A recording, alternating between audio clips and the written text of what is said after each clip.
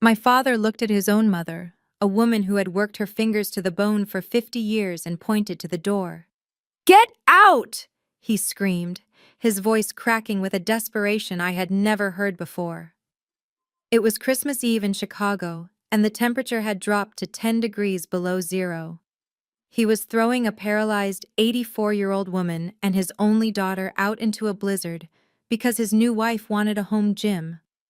As the heavy oak door slammed shut in my face, leaving us shivering in the snow, I thought my life was over. I thought we were destitute. I had no idea that the shivering old woman in the wheelchair beside me wasn't just a helpless victim. She was secretly the owner of the very ground my father stood on, and she was worth $3.6 billion. My name is Jasmine, and I am 29 years old. For years, I played the role of the dutiful daughter and the patient caretaker, unaware that my silence was only fueling the monsters in my family.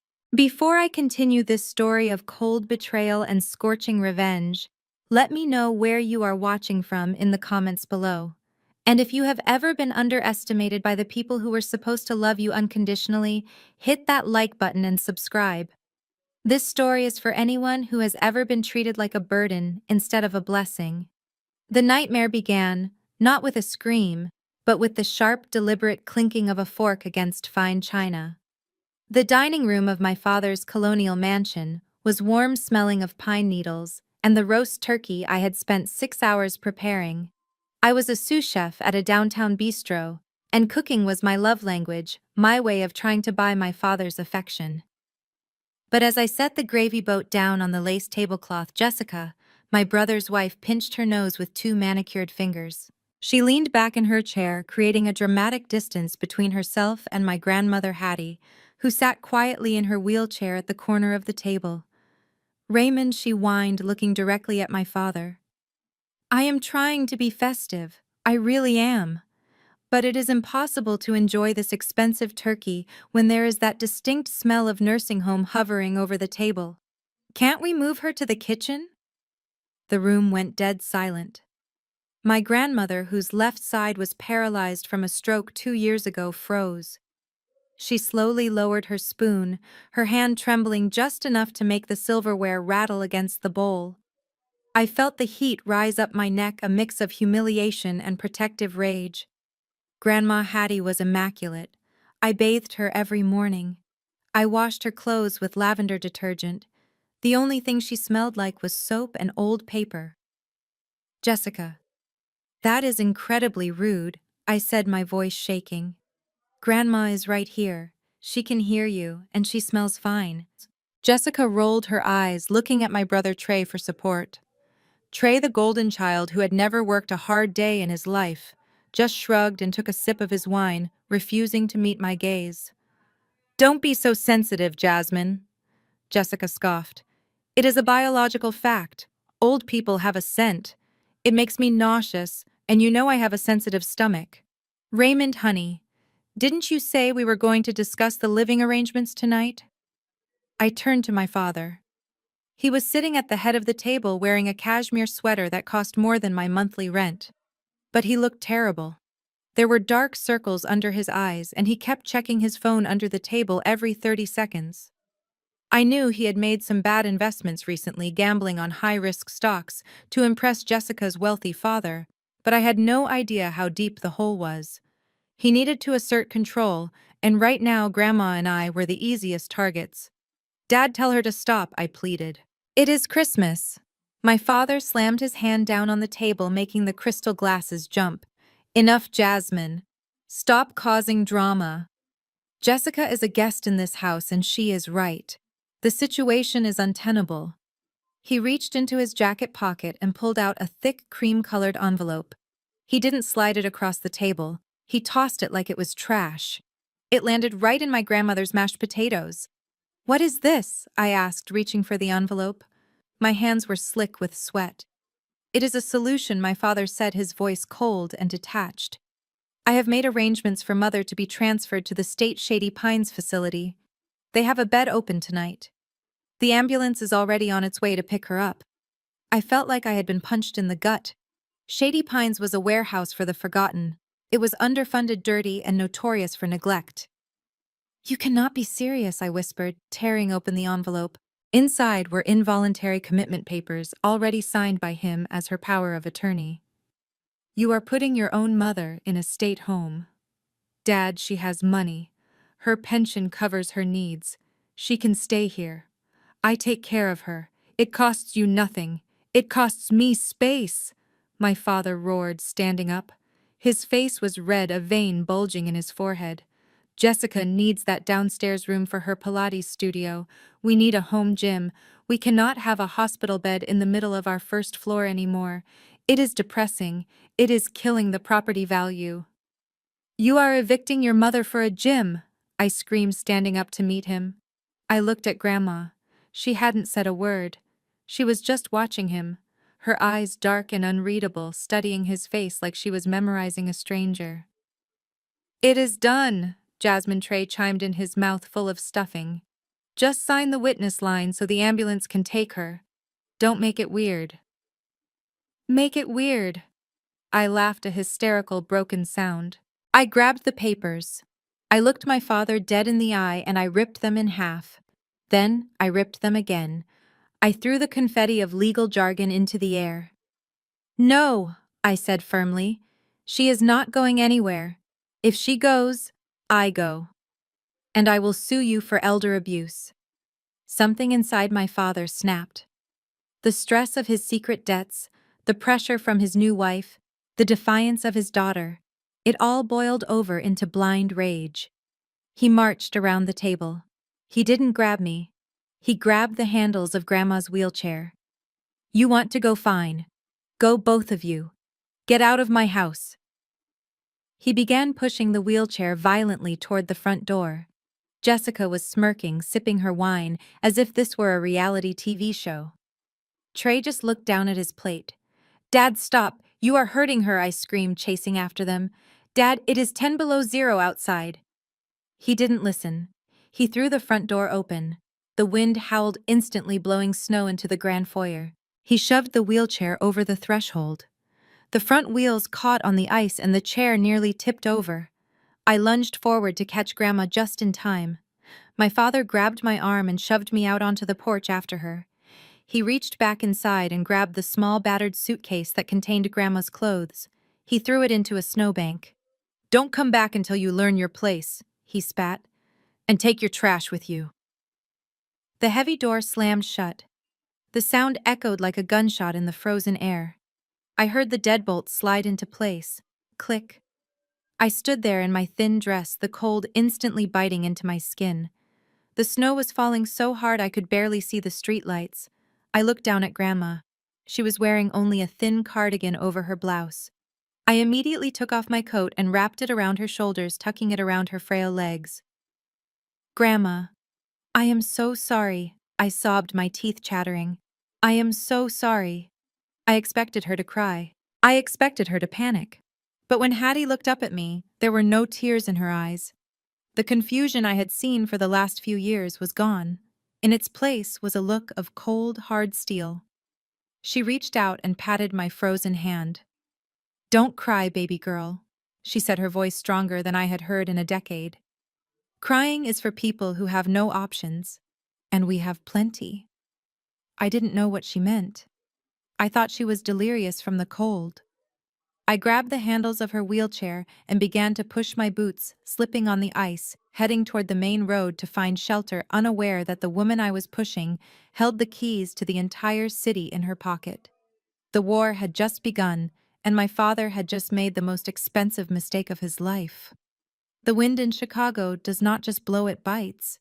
It tears through fabric and skin with the ferocity of a wild animal, and that night the wind seemed to have a personal vendetta against me. As the heavy door of my childhood home clicked shut, sealing us out, the silence that followed was heavier than the storm. For a moment, I just stood there, paralyzed not by the cold, but by the sheer magnitude of what had just happened. My father, the man who had taught me how to ride a bike on this very driveway, had just thrown me into a blizzard. I looked down at Grandma Hattie. The wool blanket I had tucked around her was already gathering a layer of white frost. She was gripping the armrests of her wheelchair so tightly that her knuckles were visible even through her thin gloves. I scrambled off the porch, my boots slipping on the ice-coated steps, and ran toward the snowbank where my father had tossed her suitcase. It was humiliating, there is no other word for it. I was on my hands and knees in the snow digging frantically for her belongings. The suitcase had popped open upon impact, scattering the meager possessions of an 84-year-old woman across the driveway. I grabbed a handful of her compression socks that were soaking up the slush. I found her Bible, its leather cover now wet and cold, half buried near the mailbox. Every item I retrieved felt like a piece of my heart breaking. I was shaking not just from the sub-zero temperature, but from a rage so hot it felt like it could melt the ice beneath me. I shoved the wet clothes back into the suitcase and dragged it toward the wheelchair. That is when I felt eyes on me. A prickling sensation on the back of my neck that made me turn around.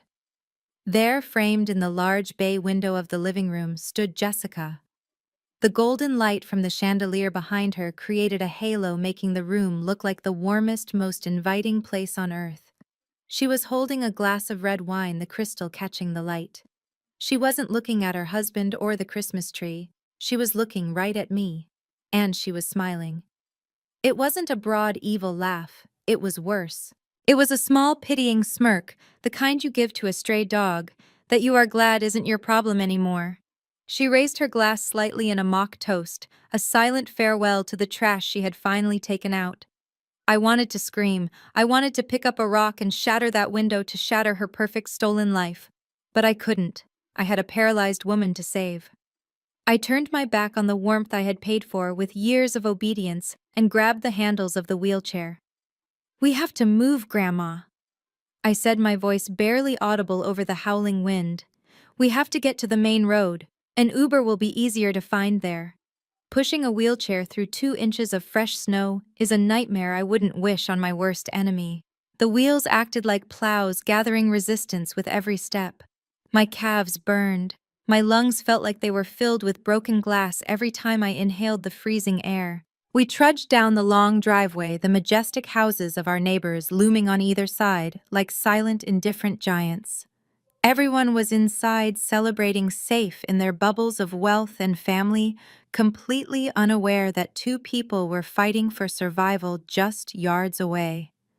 When we finally reached the corner of the street, under the flickering light of a street lamp, I pulled out my phone.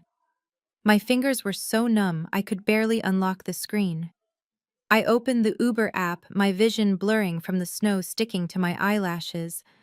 I requested a ride, the price surging due to the holiday and the weather. I didn't care. I would pay anything to get Grandma into a warm car. Confirming ride. The processing circle spun. Then a notification popped up in bright red letters. Payment method declined. I frowned, wiping the screen. That was impossible. I had just been paid yesterday. I tried again. Declined. Panic began to rise in my chest, cold and sharp. I switched to the hotel booking app, trying to reserve a room at the nearest Holiday Inn. Declined. Insufficient funds. I opened my banking app, my heart hammering against my ribs. I logged in, expecting to see my balance of $12,000, my savings, my safety net. Instead, I saw a zero. Zero. And then I remembered. Years ago, my father had convinced me to merge my accounts with the family trust for tax benefits. He said it would help us build generational wealth. He said it was what families do. I had trusted him. I had deposited every paycheck from the restaurant into that account, thinking I was building a future. He hadn't just evicted us. He had robbed me. While we were arguing at the dinner table, or perhaps while I was packing my bags, he or Jessica had accessed the main dashboard and locked me out. They had cut off my access to my own money. We were stranded in a blizzard with $11 in cash in my pocket and a maxed-out credit card. "Dad, how could you?" I whispered to the empty street. The betrayal hit me harder than the wind. He knew I had nowhere to go. He knew I had Grandma. He wanted us to crawl back. He wanted us broken so completely that we would accept the nursing home just to survive. Jasmine. Grandma's voice came from the chair. It was weak, carried away by the wind. Why have we stopped? I quickly shoved the phone into my pocket, blinking back tears that were threatening to freeze on my cheeks. Nothing. Grandma, just waiting for the signal. We are going to walk a bit further. The reception is bad here. I lied. I couldn't tell her we were destitute. I couldn't tell her that her son was a thief. I gripped the handles again, my determination hardening into something brittle and dangerous. I would push her all the way to downtown if I had to. I would walk until my feet bled before I knocked on that door again. We moved forward, the snow getting deeper, as the plows hadn't come through yet. The sidewalk was uneven, hidden beneath the white blanket. I was exhausted, my body running on adrenaline and spite. I didn't see the crack in the pavement. I didn't see the patch of black ice that had formed over the tree root buckling the concrete. The front left caster of the wheelchair hit the obstruction hard. There was a sickening metallic snap. The chair lurched violently to the left. The rusted metal of the old wheelchair weakened by years of use, and the extreme cold simply gave up. The front wheel sheared off completely. No, I screamed, lunging forward. Gravity was faster than I was. The wheelchair tipped. I threw my body between the chair and the pavement, catching the handle with my shoulder to break the fall, but the momentum was too much. We went down. Grandma slid sideways, the seatbelt holding her in, but her frail body dangling precariously close to the ice. I slammed my knee into the concrete, a jolt of agony shooting up my leg, but I didn't let go of her. Grandma! I scrambled up, ignoring the pain in my leg, and grabbed her, pulling her upright. The wheelchair was useless. It sat there in the snow, looking like a broken insect listing heavily to one side. We were 3 miles from the nearest shelter. My phone was at 4% battery. My money was stolen, and now our only means of transportation lay shattered on the ice. The wind howled around us, mocking my failure. I looked at Grandma Snow accumulating on her eyelashes, her face pale as a sheet. We were trapped in the middle of the storm, and for the first time in my life, I didn't just feel alone. I felt hunted. The journey to the motel was a blur of freezing slush and physical agony that I will never forget. With the front wheel of the wheelchair sheared off, I had to tilt the entire metal frame backward, balancing Grandma Hattie's weight on the 2 large rear tires, like I was pushing a dolly loaded with fragile cargo. Every crack in the sidewalk sent a shockwave through my arms, and every gust of wind threatened to blow us over. By the time the flickering neon sign of the Motel 6 came into view, buzzing loudly against the dark sky, I couldn't feel my toes anymore. It was the only place on the highway that I knew might accept cash without a reservation. A place where people went when they wanted to disappear, or when they had nowhere else to go. I left Grandma under the awning, shielded slightly from the biting wind, and stepped into the lobby. The heat hit me like a physical blow, making my frozen skin sting. The night clerk was a man with grease stains on his shirt, watching a game show on a small television behind bulletproof glass. He didn't look up when I walked in, dripping wet and shivering violently. I placed my crumpled bills on the counter, smoothing them out with trembling fingers. $11. I prayed it was enough for a few hours, just enough to keep us from freezing to death until morning. The clerk looked at the money, then at me, his eyes lingering on my expensive dress that was now ruined by mud and salt. He didn't ask questions. He just slid a key across the metal tray and muttered a room number. It was the transaction of the desperate. Room 104 was located around the back, facing the highway. The door stuck swollen from the dampness, and I had to throw my shoulder against it to force it open. The smell hit us immediately. It was a stale cocktail of old cigarette smoke, industrial cleaner, and damp carpet. The room was small and dim, illuminated by a single flickering bulb in the corner. The wallpaper was peeling near the ceiling, and the radiator clanked loudly, struggling to produce heat. But it was shelter. I wheeled Grandma inside and locked the door, sliding the chain latch into place, as if that flimsy piece of metal could protect us from the monsters outside. I helped Grandma out of the chair and onto the bed. The bedspread had a cigarette burn near the pillow, but the sheets looked clean enough. I took off her wet shoes and began rubbing her feet, trying to bring the circulation back. My own hands were red and raw, but I didn't care. I felt a crushing weight of guilt settling in my chest, heavier than the snow outside. I was supposed to protect her. I was 29 years old, a grown woman, and I had allowed my father to throw us away like garbage. I looked at Hattie sitting there in her mismatched layers, her silver hair disheveled, and I broke. I slid to the floor, burying my face in the scratchy blanket covering her knees. The sobs came out of me in jagged, ugly gasps. "I am so sorry, Grandma," I cried, my voice muffled by the fabric. "I failed you. I don't know what to do. I have no money. I have no car. He took everything. We are going to die out here." I waited for her to pat my head, to offer some confused, senile comfort like she usually did. But she didn't move. She sat perfectly still. The silence in the room stretched out, filled only by the hum of the mini-fridge and the rushing cars on the highway. I wiped my eyes and looked up at her. She wasn't looking at me. She was looking around the room, her eyes scanning the peeling paint, the broken lock on the window, the water stains on the ceiling. It wasn't the look of a frightened old woman. It was the look of a building inspector surveying a demolition site. There was a sharpness in her gaze that I hadn't seen in years, a clarity that sent a shiver down my spine that had nothing to do with the cold. Before I could ask her what was wrong, the silence was shattered by a jarring electronic sound. My phone. I pulled it out of my pocket. The screen was cracked from when I fell, but the name flashing on the display was clear. Dad. My stomach lurched. Part of me wanted to throw the phone against the wall, but fear paralyzed me. What if he was calling to say it was a mistake? What if he was coming to get us? Desperation makes you hope for things that are impossible.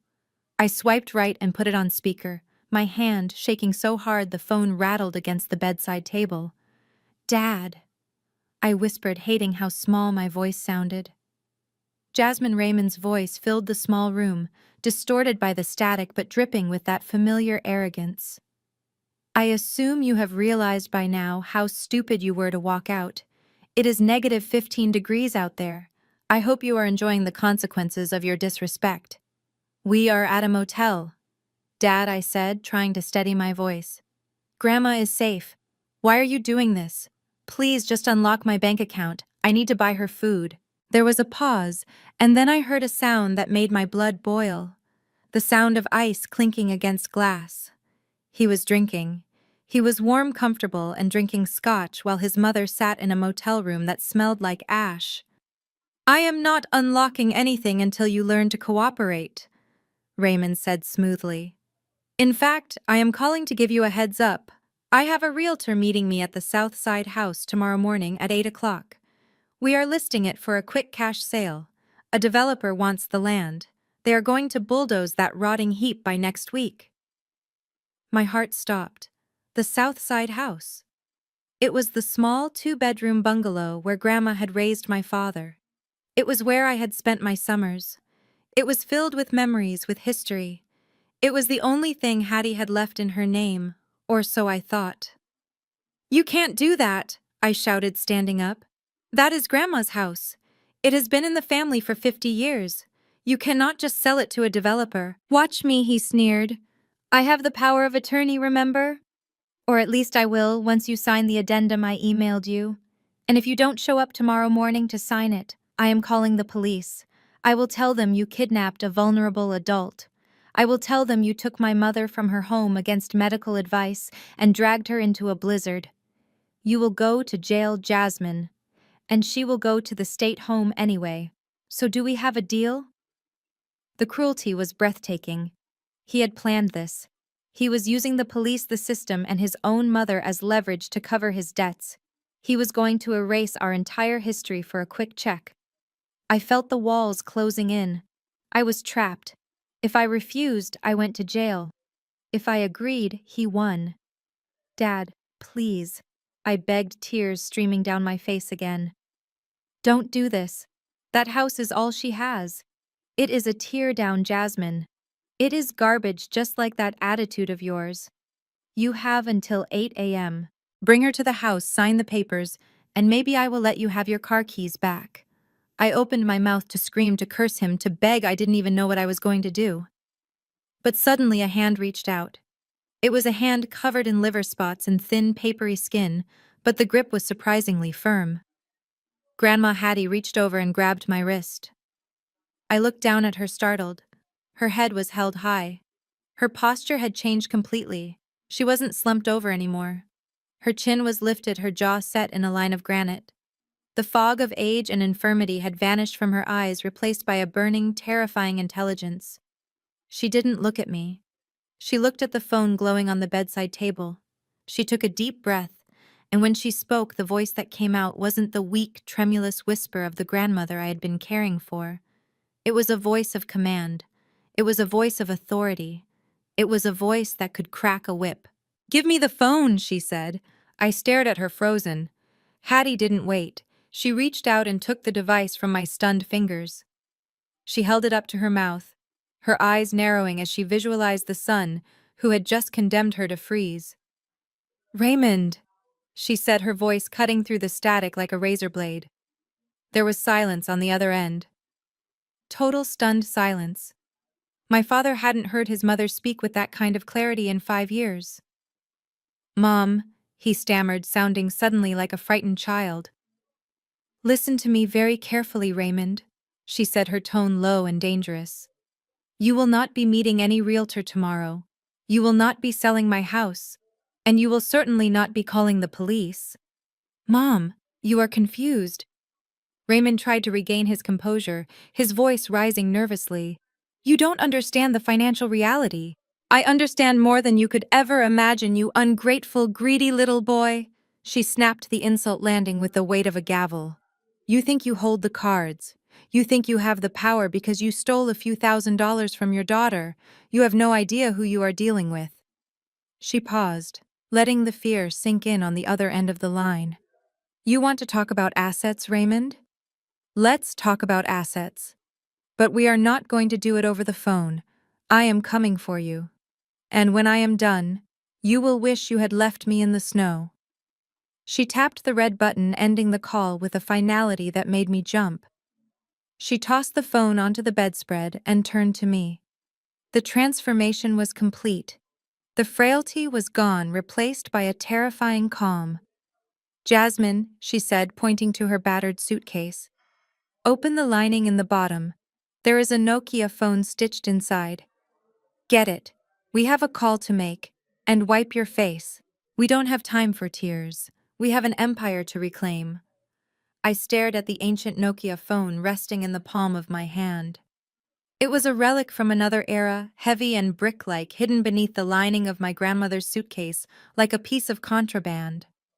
For a moment, I just looked at it, confused by the weight of it and the absurdity of the situation. The storm was raging outside, rattling the thin window pane of our motel room, and my father's cruel ultimatum was still ringing in my ears. Yet here was Hattie, the woman I had bathed and fed for years, looking at this piece of plastic as if it were a weapon of mass destruction. "Hand it to me, Jasmine," she said again. Her voice was steady, stripping away the last remnants of the frail old woman I thought I knew. I placed the phone in her hand. I expected the battery to be dead after sitting in a suitcase for who knows how long, but Hattie pressed the power button, and the small monochromatic screen flickered to life with a bright green glow. Full battery. She didn't hesitate. Her fingers, which I had watched tremble over a spoon of soup just hours ago, moved with the dexterity of a concert pianist. She punched in a sequence of numbers that was far too long to be a standard telephone number. She held the device to her ear, her eyes fixed on the peeling wallpaper across the room. I sat on the edge of the bed, hugging my knees, terrified that the stress of the eviction had finally caused her to snap. I prepared myself to comfort her when no one answered or when she started talking to a dial tone. But then she spoke. "Eagle 1 to command," she said. Her tone was clipped, professional, and terrifyingly cold. "Identify Alpha 01. My mouth fell open. I watched in stunned silence as she paused, listening to a voice on the other end that I couldn't hear. She nodded once, her jaw set. Code red. She stated the words, dropping into the silence of the room like lead weights. Reactivate Phoenix Protocol immediately. I have been compromised. Location is the Motel 6 off Interstate 94. Exit 32. I need a full extraction team. You have 20 minutes. She lowered the phone and pressed the end call button with a decisive click. Then she placed it gently on the nightstand next to the Gideon Bible. She turned to me, and for the first time that night, a small, genuine smile touched her lips. It wasn't the vacant smile of the grandmother I knew. It was the smirk of a woman who had just checkmated an opponent who didn't even know he was playing the game. "Grandma," I whispered, my voice trembling. "Who did you just call?" "What is the Phoenix Protocol?" Hattie sighed, shifting in the bed. She reached out and took my hand, her grip warm and strong. "Jasmine, there are things about me that I have kept buried for a very long time. Things I had to hide to protect this family, and eventually to protect myself from them. But you are sick," I stammered. "The stroke, the paralysis." "I had a stroke, yes," she admitted. 5 years ago. It was mild. I recovered about 90% of my mobility within 6 months. I stared at her, my mind reeling. 6 months? But I have been lifting you in and out of bed for 5 years. I have been pushing that chair. I have been cutting your food. "I know," she said softly, her eyes filling with a sudden sadness. "And every time you did, every time you wiped my face or read to me when you were too tired to keep your eyes open, you were proving something to me. You were proving that you loved Hattie the person, not Hattie the bank account." "I don't understand," I said, feeling a mix of relief and betrayal. "Why would you pretend?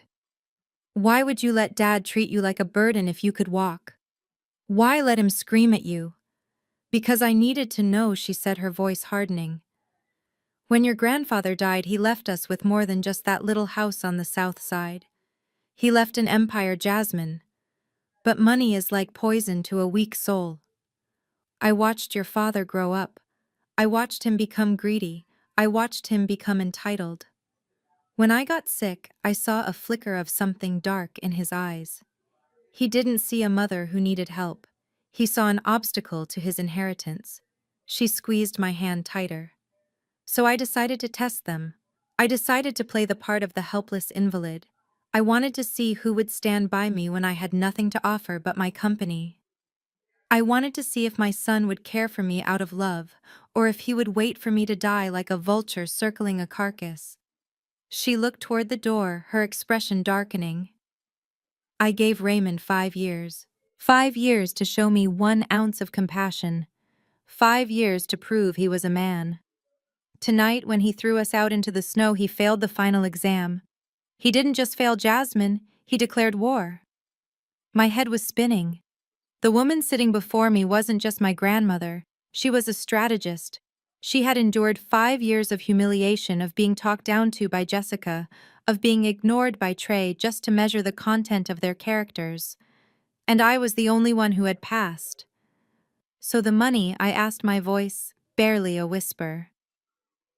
"The house."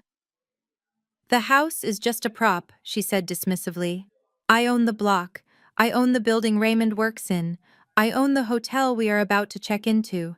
And as of tomorrow morning, I am going to remind your father exactly who pays his salary." She sat up straighter, smoothing down her disheveled cardigan. "Now help me with my hair. I refuse to let my security team see me looking like a refugee." We spent the next 15 minutes in a surreal state. I combed her hair with my fingers, trying to make her presentable while my mind raced with a million questions. I looked at this woman, this secret billionaire in a Motel 6, and I felt a surge of pride so intense it almost brought me to my knees. We weren't victims. We were wolves in sheep's clothing, and the sheep had just made a fatal mistake. Exactly 20 minutes after the call, the room was illuminated by blinding white lights cutting through the thin curtains. The hum of powerful engines vibrated through the floorboards. I walked to the window and peered through the crack in the drapes. My breath caught in my throat. The desolate snow-covered parking lot of the motel had been transformed into a scene from a presidential motorcade. 3 massive black Cadillac Escalades were parked in a precision formation right outside our door. The vehicles were pristine, their polished paint gleaming under the harsh motel lights, a stark contrast to the rusted sedans and pickup trucks parked nearby. As I watched, the doors of the vehicles opened in perfect synchronization. 6 men stepped out. They were giants wearing immaculate black suits and long wool coats despite the freezing wind. They wore earpieces and moved with a fluidity that screamed military training. They didn't look like chauffeurs. They looked like a private army. The night clerk, the man with the grease stains who had barely looked at me earlier, was now standing in the doorway of the lobby, his mouth hanging open, his game show forgotten. The lead security officer, a man with broad shoulders and a shaved head, approached our door. He didn't bang on it. He knocked 3 times, precise and firm. "Open it, Jasmine," Hattie said. She was sitting on the edge of the bed, her back straight, her hands folded in her lap. She looked regal even in her old clothes. I unlocked the door and swung it open. The cold air rushed in, but it didn't feel biting anymore. It felt like the winds of change. The lead officer stepped into the doorway. He took in the shabby room, the peeling paint, and me standing there in my ruined dress. His expression remained stoic, but his eyes softened slightly when they landed on Hattie. He removed his leather gloves and bowed his head, a gesture of profound respect. "Madam President," he said, his voice deep and resonant, "we have secured the perimeter. The suite at the Ritz is prepared. We are ready to take you home." Hattie nodded slowly. "Thank you, Marcus. It is good to see you." She looked at me and then down at the broken wheelchair in the corner of the room. "Leave it," she commanded. "We won't be needing that anymore." Marcus signaled to the other men. 2 of them stepped forward ready to assist, but Hattie waved them off. With a grunt of effort, she pushed herself up from the bed. My instinct was to rush to help her, but she held up a hand. She stood on her own 2 feet, shaky but determined. She took 1 step, then another, walking toward the door on her own terms for the first time in half a decade. As we walked out into the swirling snow, flanked by our protective detail, I looked back at the motel room one last time. We were leaving behind the poverty, the fear, and the helplessness. We were stepping into a new reality. I climbed into the back of the warm leather interior of the lead SUV, sitting next to the woman who had just rewritten our destiny. As the convoy pulled away, leaving the motel in the rearview mirror, I knew one thing for certain. Raymond thought he had thrown away trash. He was about to find out he had thrown away the bank. The silence inside the armored Cadillac Escalade was absolute. It was a vacuum that sucked away the howling wind and the chaos of the night, leaving only the soft hum of climate control and the smell of rich leather. I sat there, my hands still red and raw from the cold, clutching the seatbelt like a lifeline. Next to me, Grandma Hattie stared out the tinted window as the city of Chicago blurred past. We were no longer moving through the city as victims. We were gliding through it like predators in the dark. 10 minutes later, the convoy pulled into the private underground entrance of the Four Seasons Hotel. I had walked past this building 1,000 times on my way to culinary school, looking up at its towering glass facade and wondering what life was like for the people inside. Tonight, I didn't have to wonder. A team of staff was waiting for us by the elevator, their heads bowed in deference. They didn't look at my muddy boots or my ruined dress. They looked only at Hattie, treating her with the reverence usually reserved for royalty or heads of state. We ascended 50 floors in seconds. When the doors slid open to the presidential suite, I literally stopped breathing. The room was larger than the entire house I had just been evicted from.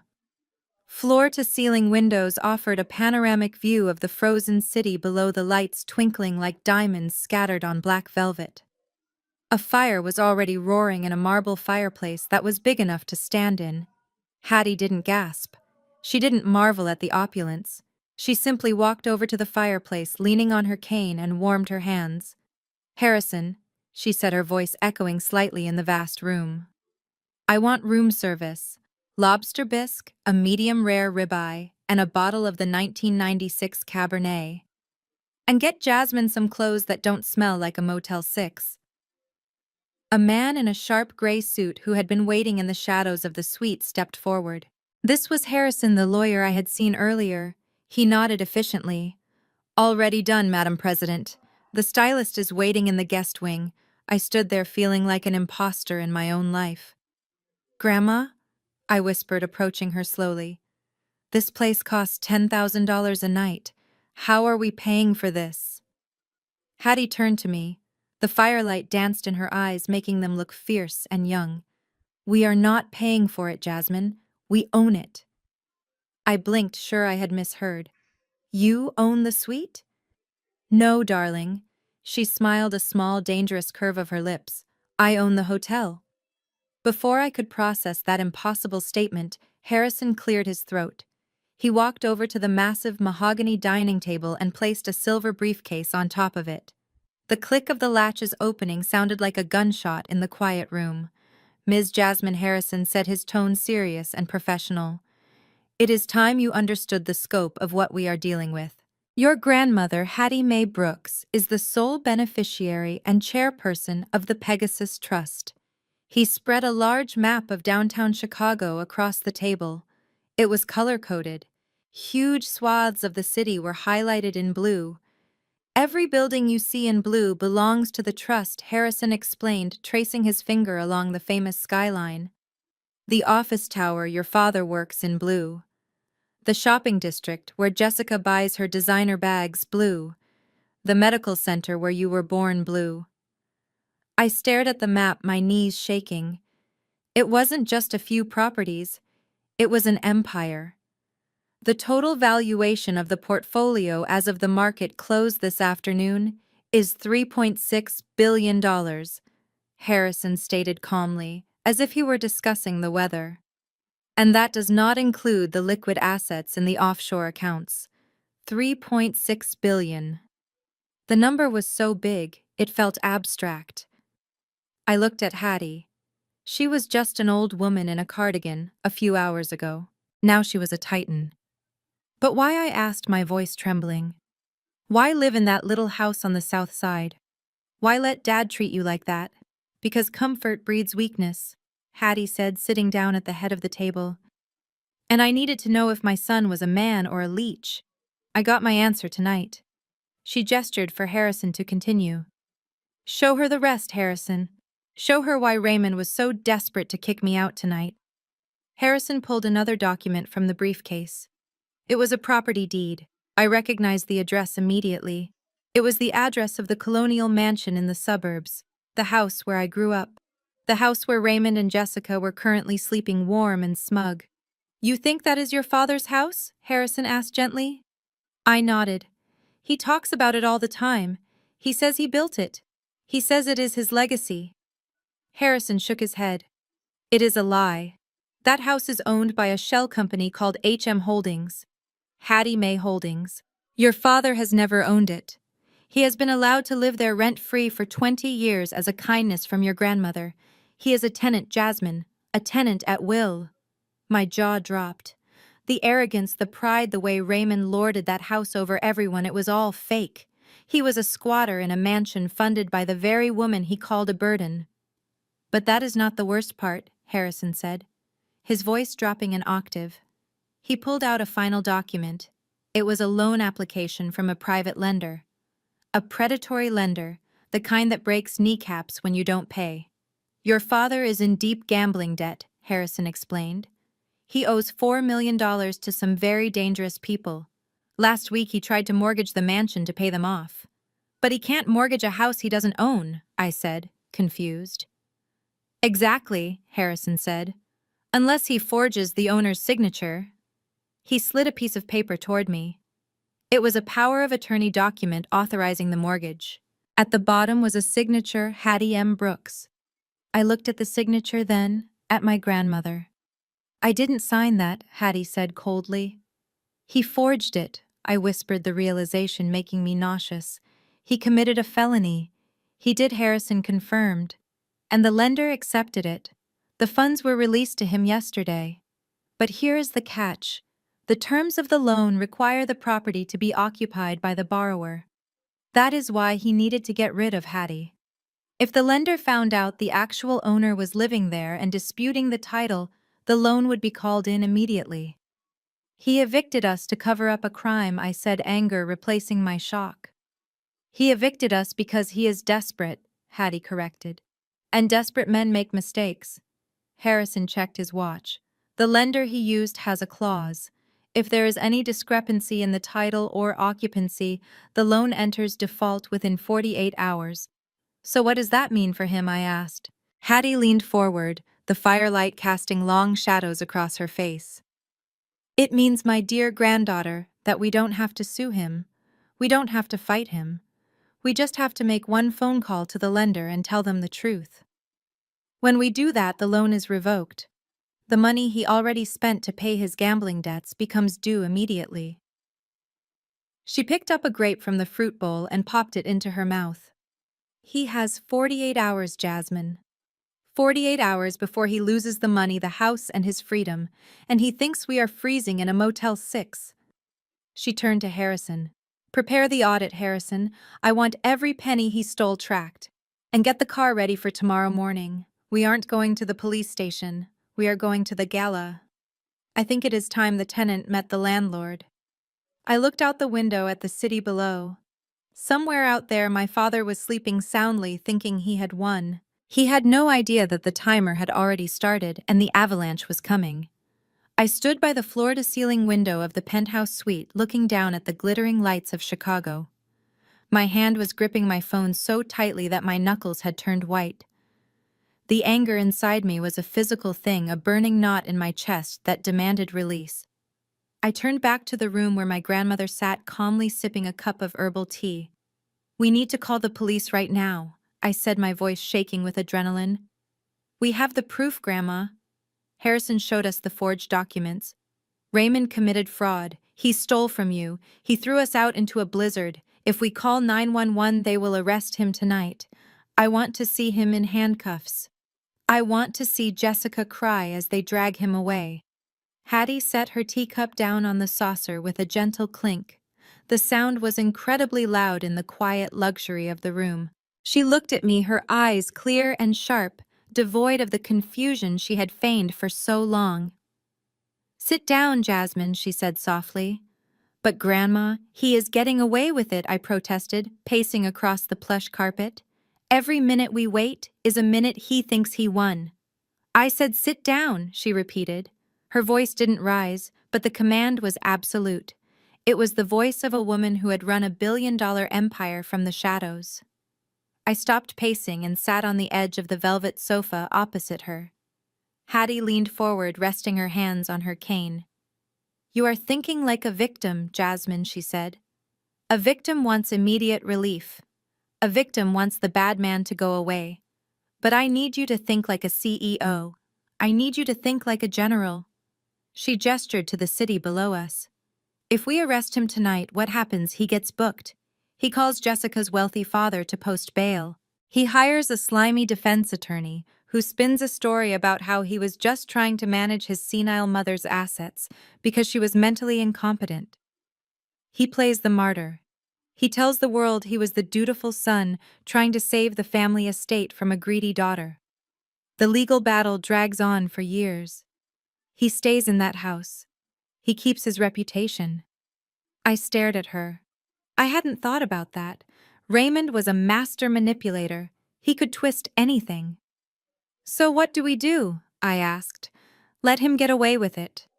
No. Hattie smiled, and it was a cold, terrifying expression. We don't just want to stop him. We want to destroy him. We want to make sure that when he falls, there is no safety net to catch him. We want to burn his reputation so thoroughly that not even a McDonald's would hire him to flip burgers. She pointed to the calendar on the tablet Harrison had left on the table. Tomorrow night is the Winter Gala. Raymond has been talking about this for months. He is planning to announce his merger with Jessica's father's company. He is going to stand on a stage in front of the city's elite, the investors, the press, and claim that he is the heir to the Brooks legacy. He is going to climb to the very top of the mountain tomorrow night. She leaned back, her eyes gleaming. And that is when we push him off. Public humiliation, Jasmine. Irrefutable proof shown to the very people he is trying to impress. When we are done, he won't just be a criminal. He will be a pariah. I felt a shiver run down my spine. It was brutal. It was calculated. And it was brilliant. Harrison the lawyer stepped back into the room. He was carrying a fresh stack of files. "Madam President," he said, "we have completed the forensic audit of your son's personal accounts. It is worse than we thought." "How much?" Hattie asked. Harrison handed a tablet to me. I looked at the screen and gasped. The numbers were staggering. "He is not just in debt to the loan sharks," Harrison explained.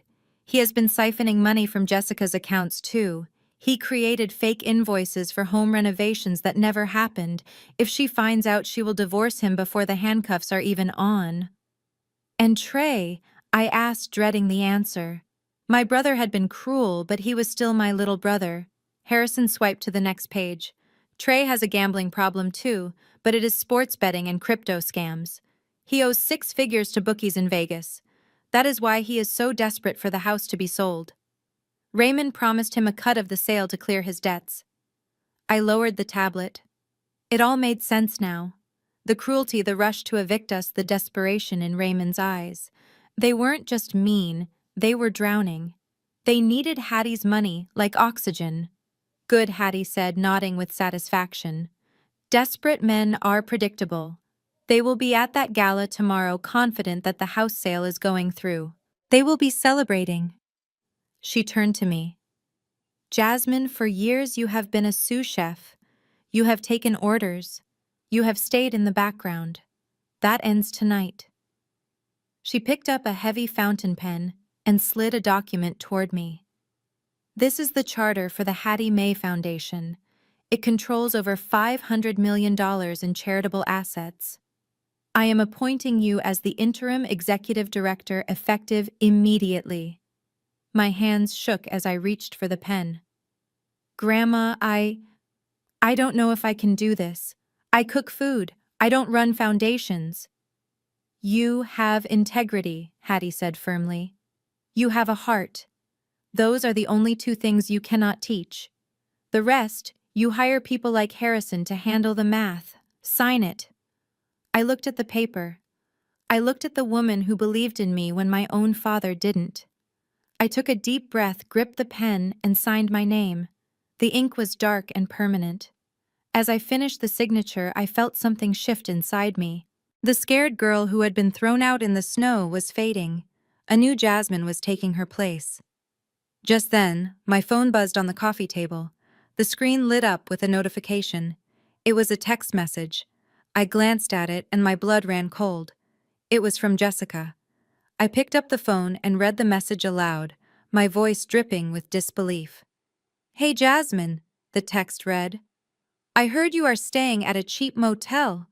Tough break. Look, the catering service for the gala tomorrow just had a dishwasher quit. If you want to make some quick cash, I can get you in. $50 an hour to wash dishes and clear tables. But you have to wear a uniform and stay in the kitchen. I don't want you embarrassing Raymond in front of his partners. And don't bring the old lady." I looked up at Hattie, fury rising in my throat. The audacity. She wanted me to scrub plates at the very party where my father was celebrating stealing my inheritance. "I am going to tell her to go to hell." I spat, my thumbs hovering over the keyboard. Hattie reached out and covered my hand with hers. "No," she said. Her smile was back, and this time it was predatory. "Tell her yes." What I asked, shocked. "You want me to wash dishes for them?" "I want you inside that building," Hattie said. "I want you to be the Trojan horse. If you go as a guest, they will stop you at the door.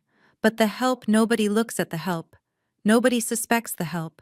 You will have access to everything, the microphones, the projector, the back office." She tapped the screen of my phone. "Take the job, Jasmine. Let them treat you like a servant one last time. Let them think they have won. Because when you walk out of that kitchen tomorrow night, you won't be clearing the table. You will be flipping it over. I looked at the text message again. $50 an hour to wash away their sins. I started to type, "Sure, Jessica. I really need the money. I will be there." I hit send.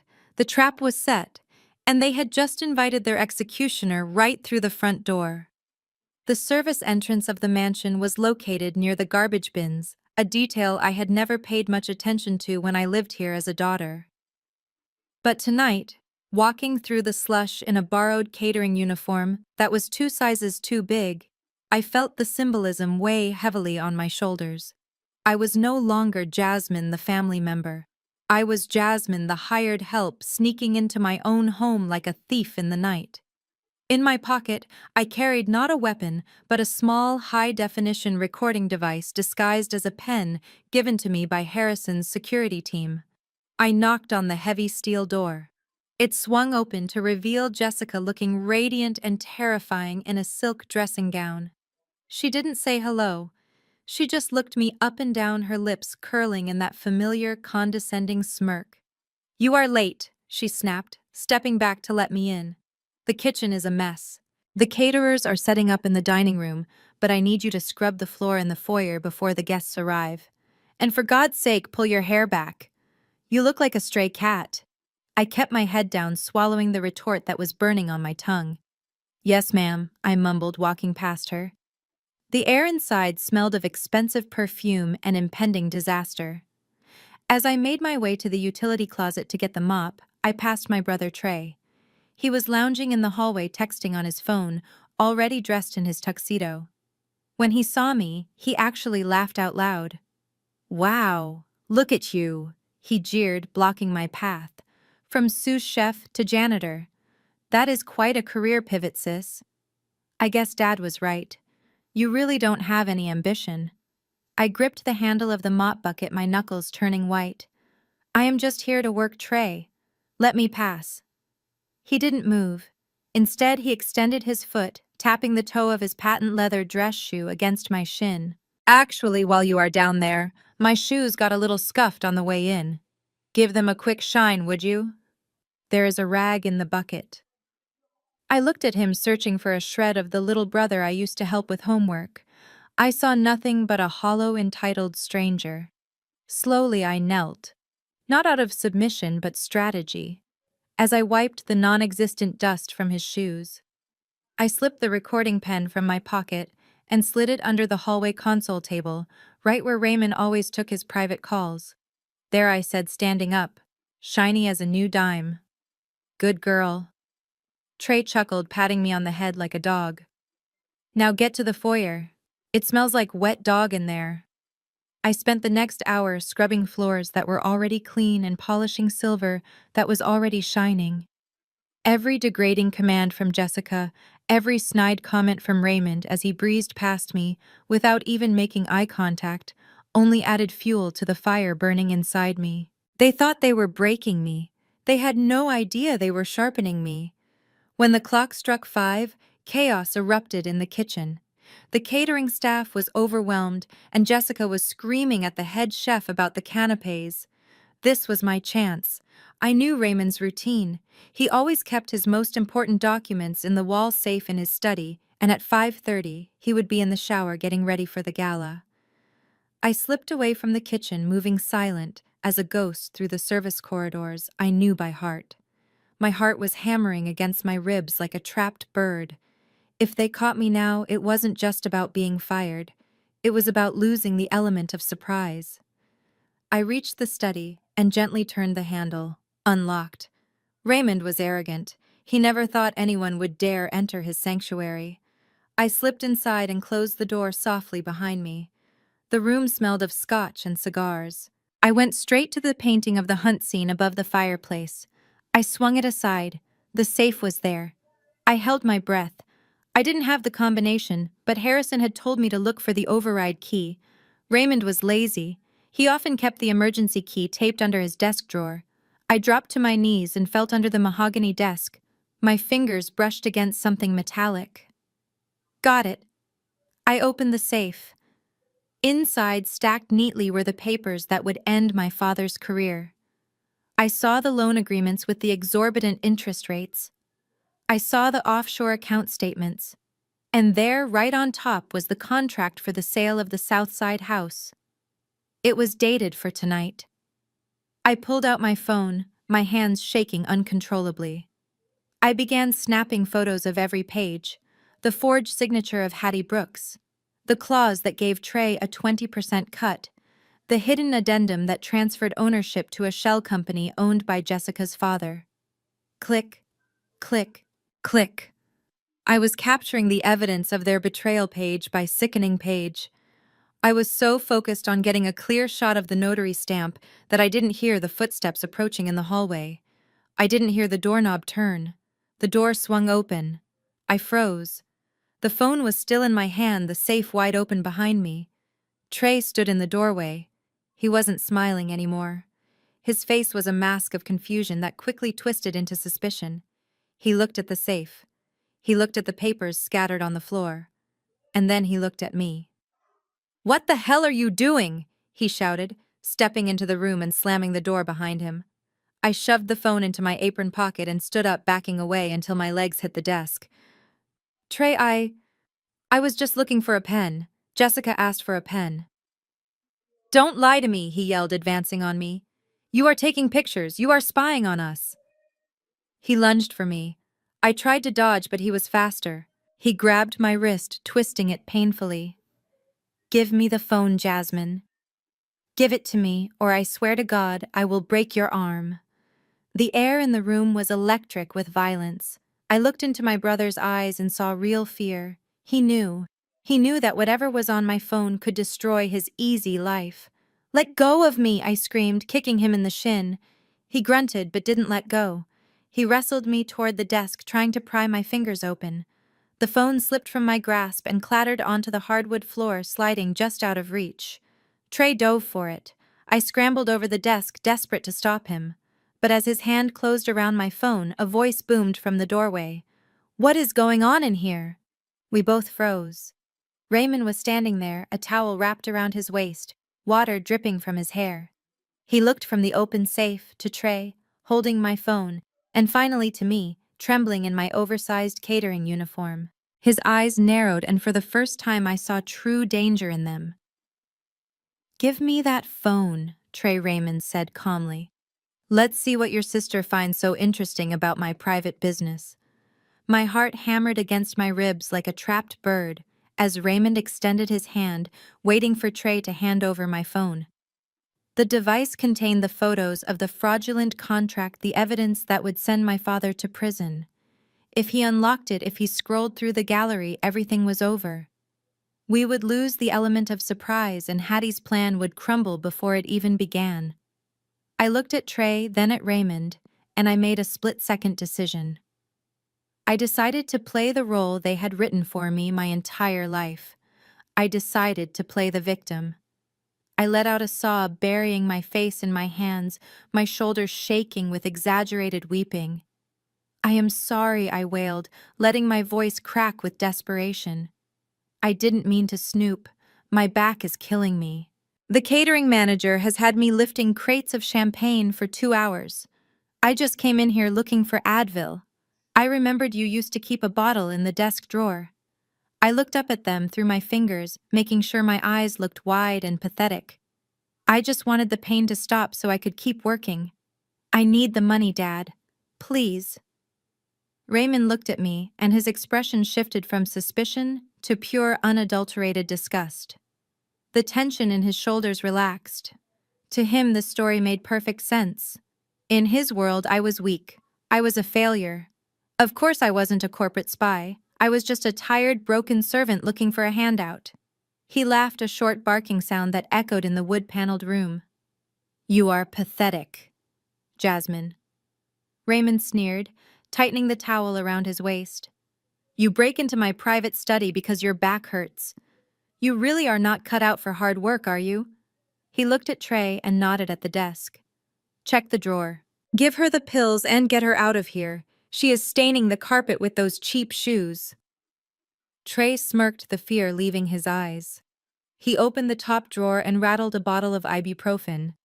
He didn't hand it to me. He tossed it at me. The plastic bottle hit my chest and fell to the floor.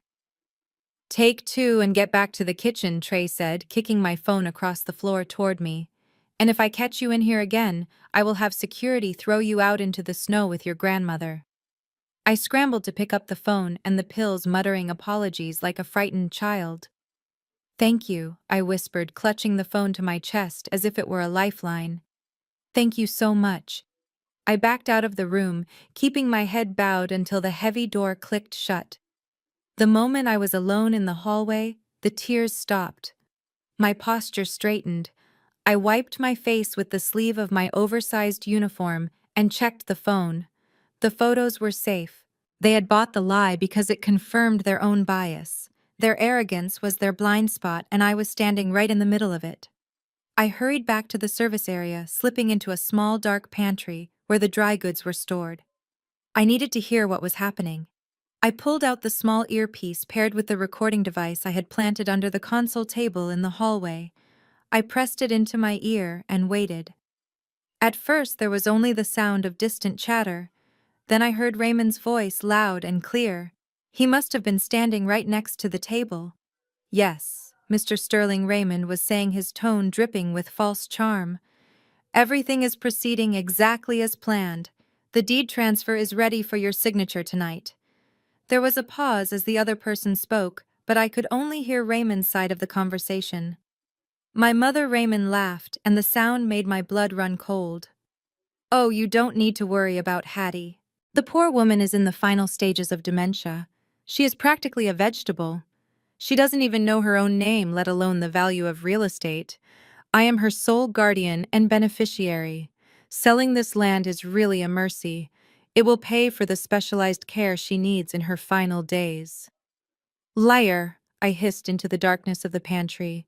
He was selling her legacy to pay his gambling debts and calling it mercy.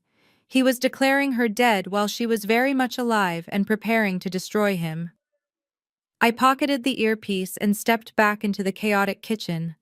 The head chef grabbed my arm before I could take a breath.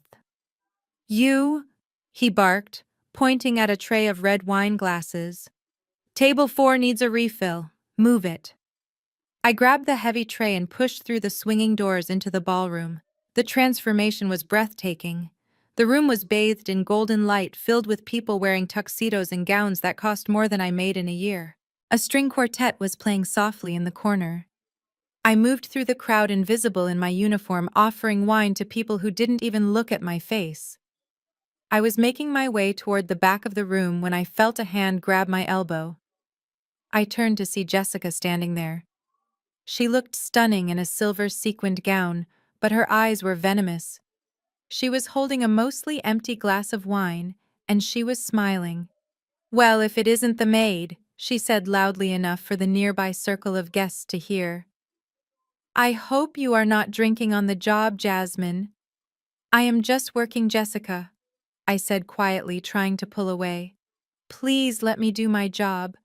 "But you are so clumsy," she said, her voice dropping to a mock whisper. "Remember how you dropped your life savings into a joint account with your daddy? Oops." Before I could react, she tilted her hand. The remaining red wine in her glass splashed across the front of my white catering jacket. It soaked through instantly, a dark blood-like stain spreading across my chest.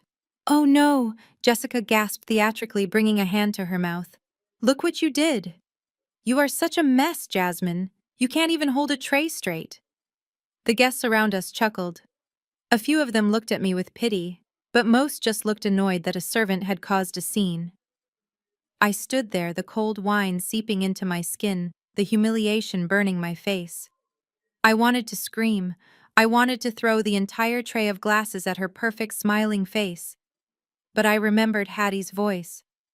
"Think like a general." I took a deep breath. I lowered my head. "I am so sorry, ma'am," I said, my voice steady. "I will go clean up." "You do that?" Jessica sneered, turning her back on me. "And try not to ruin anything else tonight." I walked away, the laughter of the crowd fading behind me. I didn't go to the bathroom to clean up. I went to the side entrance of the ballroom, the spot where the shadows were deepest. I stood there stained and silent watching the stage. The music swelled. The lights dimmed, leaving a single spotlight focused on the podium at the center of the stage. Raymond walked out, waving to the applause.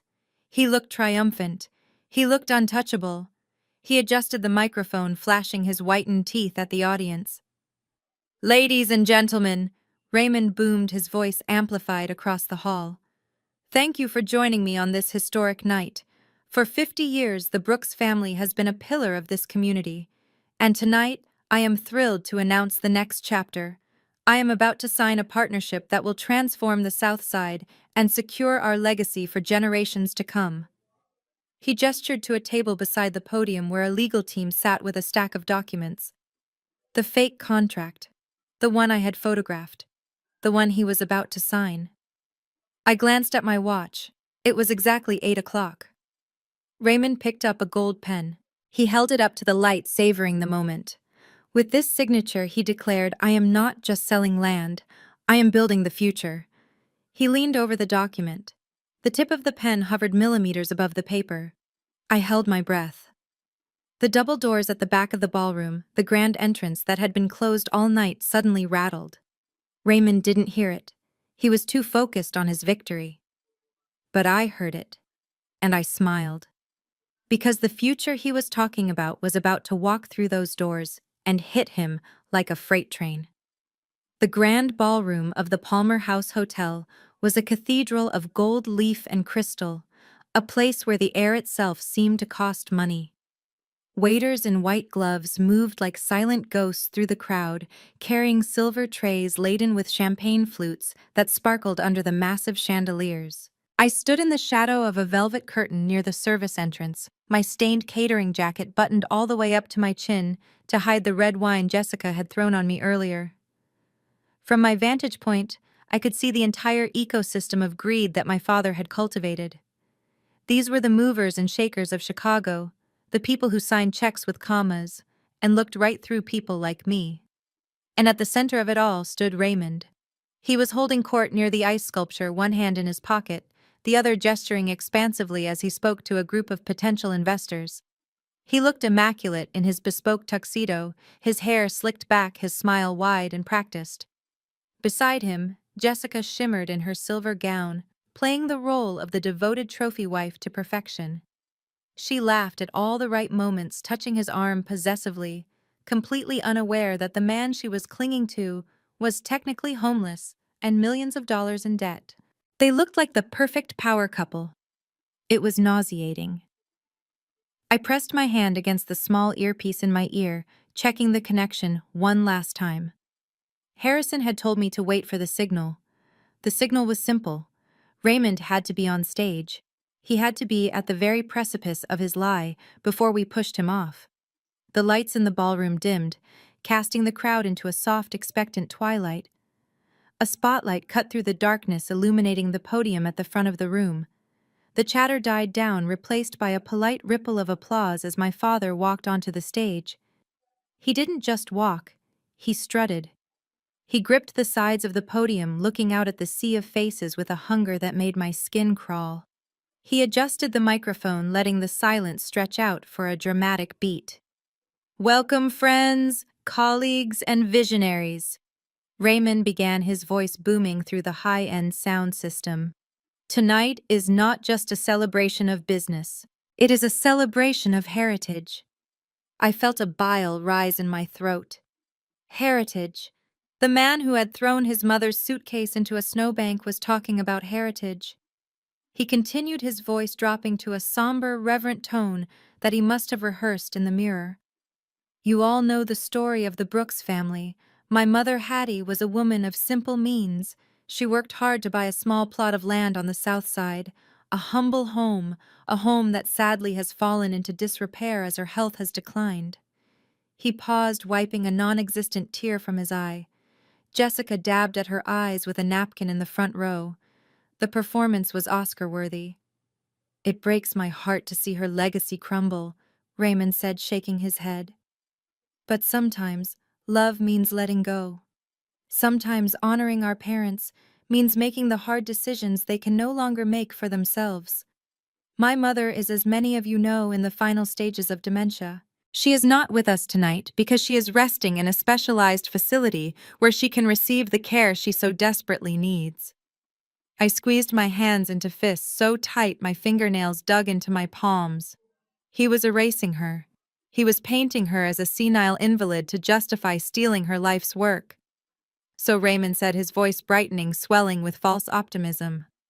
It is with a heavy heart, but a hopeful spirit, that I announce the sale of the Brooks estate. This isn't just a sale. It is a transformation. Where that old rotting house now stands, we will build a commercial center that will revitalize the entire neighborhood. We are turning the past into the future. And I know if my mother were in her right mind, she would be smiling down on us tonight. The crowd erupted in applause. They clapped for his bravery. They clapped for his vision. They had no idea they were clapping for a monster. Meanwhile, 20 floors below on the street outside the hotel, a different kind of scene was unfolding. The blizzard had intensified, but the line of black Cadillac Escalades idling at the curb didn't move. The lead vehicle's door opened. A security guard held a large black umbrella against the driving snow. Hattie Mae Brooks stepped out. She didn't wait for the wheelchair lift. She didn't reach for the arm of the guard. Instead, she reached for a cane made of polished ebony with a silver handle. She set it firmly on the pavement. Click. For 5 years, she had done her physical therapy in secret in the early hours of the morning, while the rest of the house slept. She had pushed through the pain, rebuilding her muscles, waiting for the moment when she would need to stand tall. That moment was now. She wore a floor-length coat of midnight blue wool and diamonds that caught the streetlights like shards of ice. She looked up at the towering hotel, her eyes narrowing. She took a step, then another. Her gait was slow, but it was steady. It was the march of a queen returning to reclaim her throne. Behind her, Harrison and a phalanx of 10 lawyers fell into step. They moved through the revolving doors of the lobby like a storm front, silencing the casual conversations of the guests in the foyer. Back in the ballroom, the applause was fading. Raymond gestured to the side of the stage. And now, to make it official, I invite Mr. Sterling of Sterling Development to join me. Let's sign the papers and open the champagne. A man in a gray suit walked onto the stage carrying a leather portfolio. He laid the contract on the podium. This was it, the moment of no return. I watched from the shadows, my heart pounding in my ears. Raymond picked up the gold pen. He unscrewed the cap, savoring the weight of it. He looked at Jessica in the front row and winked. She blew him a kiss. Raymond leaned over the document. The tip of the pen hovered over the signature line. The room went silent, anticipating the scratch of ink on paper that would seal the deal. I looked at my watch. 3, 2, 1. Suddenly, a loud, heavy thud echoed through the ballroom. Then another. It sounded like a gavel striking a sounding block. Thud, thud, thud. Raymond looked up, annoyed. The sound was coming from the double doors at the very back of the room, the doors that had been locked all night. Then darkness. Every light in the ballroom cut out simultaneously. The chandeliers went black. The spotlight died. The room was plunged into pitch blackness. Gasps and screams erupted from the crowd. I heard glass breaking as someone dropped a drink. Raymond's voice rang out in the dark, high and panicked. "What is going on? Get the backup generator running. Who turned off the lights?" Then a sound cut through the panic. It was the screech of feedback from the microphone system, followed by a voice. But it wasn't Raymond's voice. And it wasn't coming from the stage. It was coming from everywhere. It was coming from the main speakers, loud, clear, and terrifyingly familiar. "Put the pen down, Raymond." The room froze. The silence that followed was heavy, suffocating. "That contract is void," the voice continued, echoing off the high ceilings, "because you cannot sell what you do not own." A single beam of light cut through the darkness from the back of the room. It wasn't a spotlight. It was a high-powered tactical flashlight held by a security guard. The beam hit the double doors. They swung open with a crash. And there, framed in the white light, standing on her own 2 feet, was the woman Raymond had left to die in the snow. The return of the lights was more shocking than the darkness had been. When the main breakers were flipped back on, the crystal chandeliers didn't just flicker, they exploded with brilliance, flooding every corner of the ballroom with a harsh, unforgiving illumination. There were no shadows left to hide in. The sudden brightness forced everyone to squint, shielding their eyes. But as vision returned, 500 pairs of eyes were drawn to a single point at the back of the room. The double doors, which had been swung wide open, framed a tableau that looked less like reality and more like a scene from a vengeance mythology. My grandmother, Hattie Mae Brooks, stood at the center of the threshold. She was not the slumped, fragile woman in a wheelchair that Raymond had described to his investors just moments ago. She was standing upright, her spine straight as a steel rod, her weight resting lightly on an ebony cane topped with a silver hawk. She wore a midnight blue velvet coat that swept the floor, and around her neck hung a string of South Sea pearls that were worth more than the mortgage Raymond had just tried to secure. And standing next to her was me. I was no longer the invisible servant in a wine-stained uniform. During the chaos of the blackout, under the cover of the confusion and guided by Harrison's security team, I had shed the catering whites. I was now wearing the dress Hattie had brought for me, a vintage Givenchy gown of black silk that fit like armor. My hair was down, my chin was up, and for the first time in my life, I wasn't looking at the floor. I was looking directly at the stage. The silence in the room was absolute. It was a vacuum that sucked the air out of everyone's lungs. Then a sound shattered the quiet. Smash. On the stage, the crystal champagne flute slipped from Raymond's fingers. It hit the parquet floor, exploding into 1,000 shards, the expensive vintage liquid soaking into his polished shoes. He didn't seem to notice. His mouth was hanging open, his face draining of color, until he looked like a wax figure melting under the stage lights. He stared at his mother as if he were seeing a ghost. Next to him, Jessica let out a strangled gasp. Her hand flew to her throat, clutching her diamond necklace. She looked from me to Hattie, and I saw the gears in her mind grinding to a halt. The math wasn't adding up. The narrative she had built, the story of the superior wife and the pathetic in-laws, was crumbling in real time. Hattie took a step forward, then another. The tap of her cane on the marble floor of the entryway echoed like a gunshot. Tap, tap, tap. The crowd parted. These were the wealthiest people in Chicago, people who didn't move for anyone, but they scrambled to get out of her way like the Red Sea parting for Moses. They whispered behind their hands, their eyes darting from the powerful woman walking down the aisle to the terrified man on the stage. Raymond finally found his voice. It was high-thinned by panic and desperate. "Security," he shrieked, pointing a shaking finger at us. "Security, get in here! That woman is a patient. She has escaped from a mental facility. She is dangerous." He looked wildly around the room, trying to make eye contact with the investors, trying to sell the lie one last time. "I apologize, everyone," he stammered, sweat beading on his forehead. "My mother, she has severe dementia. She gets violent. She doesn't know where she is. Please, somebody escort her out before she hurts herself." He was gaslighting an entire room. He was trying to rewrite reality even as it stood staring him in the face. It was pathetic, and it was infuriating. I stepped forward to speak, but Harrison, the lead attorney, moved faster. He stepped out from the phalanx of lawyers behind us, his voice booming without the need for a microphone. "Mr. Brooks Harrison," said, his tone dripping with legal authority, "I would advise you to stop speaking immediately." Raymond blinked, confused. "Who are you? I didn't hire you." "Get off my stage. I am Arthur Harrison, senior partner at Sterling Cooper," Vance Harrison announced. A murmur went through the crowd. Everyone knew that firm. They didn't represent patients escaping nursing homes. They represented billionaires. "And you are correct, Mr. Brooks. You did not hire me," Harrison continued, walking calmly toward the stage. "I represent the owner of this property, and the owner of the house you slept in last night, and incidentally the owner of the building we are currently standing in." Raymond laughed, a nervous, jagged sound. "What are you talking about? I am the owner. I am signing the papers right now."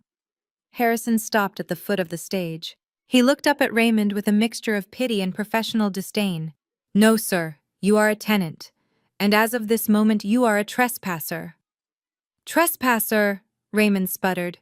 "This is my mother. I have power of attorney. She is incompetent. Look at her." He gestured wildly at Hattie, who had now reached the front row. She stopped. She looked up at the son she had raised, the son who had thrown her away. She didn't scream. She didn't cry. She simply reached into her coat pocket and pulled out a small remote control. "Raymond," she said. Her voice wasn't amplified, but in the silent room it carried to the rafters. It was calm, clear, and devastatingly sane. "You have spent all night telling these good people a story. You told them I was sick. You told them I was a burden. You told them you were a hero." She pointed the remote at the massive LED screen behind him, the one that still displayed the slide titled "The Brooks Legacy." "I think it is time we told them the truth," she said. She pressed the button. The screen flickered. The slide of the smiling family photo vanished. In its place, grainy black and white footage appeared. It was time-stamped, December 24th, 7:30 p.m. A collective gasp went through the room. The image was undeniable. It was the front porch of the colonial mansion. The snow was falling heavily. The camera angle was high, capturing the scene perfectly. On the screen, the front door flew open. A figure, clearly Raymond in his expensive sweater, shoved a wheelchair onto the icy porch. The woman in the chair nearly tipped over. "Oh my God," someone in the front row whispered. The video continued.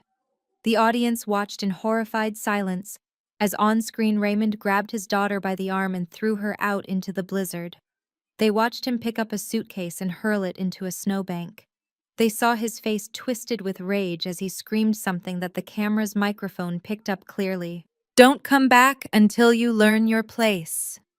The Raymond on the screen slammed the door, leaving two women to freeze. The video froze on that final frame, the closed door, and the old woman huddled under a thin coat in the snow. Hattie lowered the remote. She looked at the audience, then back at Raymond, who was staring at the screen, his face a mask of absolute horror. "That," Hattie said, her voice cutting through the stunned atmosphere like a blade, "is your legacy, Raymond. And tonight, I am here to collect the rent." The video on the massive LED screen continued to play a loop of cruelty broadcast in high definition. Every person in the ballroom watched in horrified fascination as the Raymond on the screen shoveled snow onto his mother's suitcase. The contrast between the man in the video screaming at a helpless old woman and the man standing on stage in a tuxedo preaching about family values was so stark, it was physically nauseating. The silence in the room broke. It didn't break with applause this time, but with a low, rumbling murmur of disgust that swelled into open outrage. I watched my father. He was frozen, his eyes darting back and forth between the screen and the audience, his mouth opening and closing like a fish on dry land. He raised his hands, trying to shield himself from the projection, as if he could physically block the truth from coming out. But the light from the screen washed over him, casting him in the cold blue glow of the blizzard he had created. Mr. Sterling, the wealthy developer who had been seconds away from signing the deal, stepped back from the podium as if Raymond were radioactive. He looked at the contract lying on the stand, then up at the screen, and finally at Hattie standing tall in the aisle. He didn't say a word. He simply reached out, picked up the thick stack of legal documents and ripped them in half. The sound of the heavy paper tearing echoed through the room, sharp and final. He threw the pieces onto the floor at Raymond's feet, turned his back, and walked off the stage without looking back. That was the first domino. I stepped forward, moving to the center of the aisle next to my grandmother. I held up the tablet I had been given by the forensic accountants. My voice, empowered by the microphone Harrison handed me, rang out clear and steady. "It is not just about the eviction," I said, looking directly at the investors who had funded my father's lifestyle. "It is about the theft."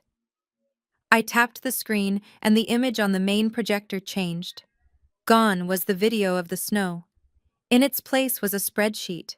Rows and columns of red numbers illuminated the room. For the past 5 years, Raymond Brooks has been systematically draining the family accounts, I explained, walking slowly toward the stage. He claimed he was managing my grandmother's pension. Instead, he funneled over $500,000 into online gambling sites and offshore shell companies. I swiped to the next slide. It showed the property deed to the mansion. And this house. The one he claims is his legacy. He has mortgaged it 3 times behind the owner's back. He forged Hattie Brooks's signature on 3 separate occasions to secure loans from predatory lenders. He doesn't own this estate. He owes more on it than it is worth. He is not a tycoon. He is a bankrupt fraud who evicted his own mother to hide his crimes.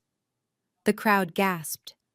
I saw former friends of my parents turning away, whispering, checking their phones, distancing themselves from the sinking ship. Raymond's face turned a shade of gray I had never seen before. He gripped the podium, his knuckles white, looking like he was about to vomit. Then a shriek cut through the air. Liar. It was Jessica. She had climbed onto the stage, her silver dress shimmering under the harsh lights. Her face was twisted into a mask of pure panic. She wasn't defending her husband. She was defending her lifestyle. She pointed a manicured finger at Hattie. "This is a trick," she screamed, her voice shrill and desperate. "Look at her. She is standing up. She has been in a wheelchair for 5 years. She told us she was paralyzed." Jessica turned to the crowd, her eyes wide and manic. "Don't you see? She is the liar. She is the fraud. She has been faking it this whole time to spy on us. How can you trust a woman who lies about being crippled just to manipulate her own son?" The room went quiet again.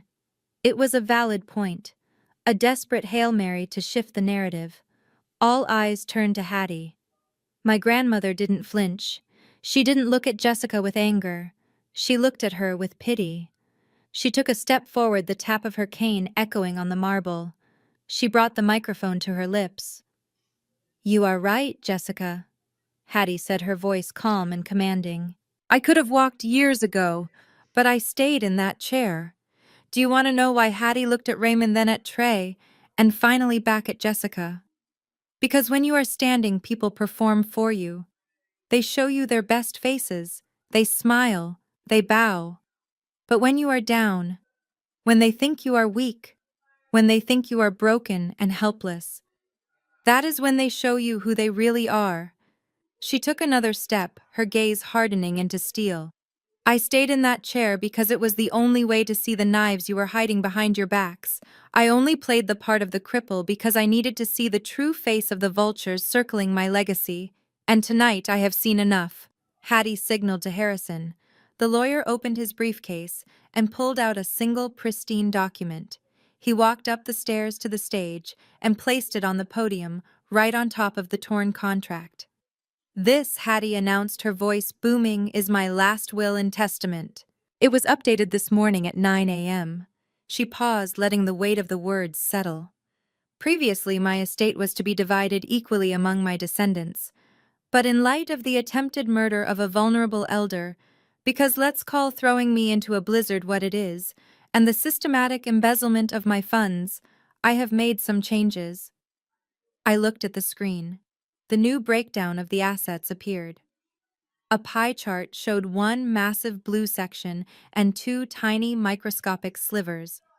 The Hattie Mae Trust, valued at $3.6 billion, is hereby transferred in its entirety to a revocable living trust under the sole control of my granddaughter, Jasmine Brooks.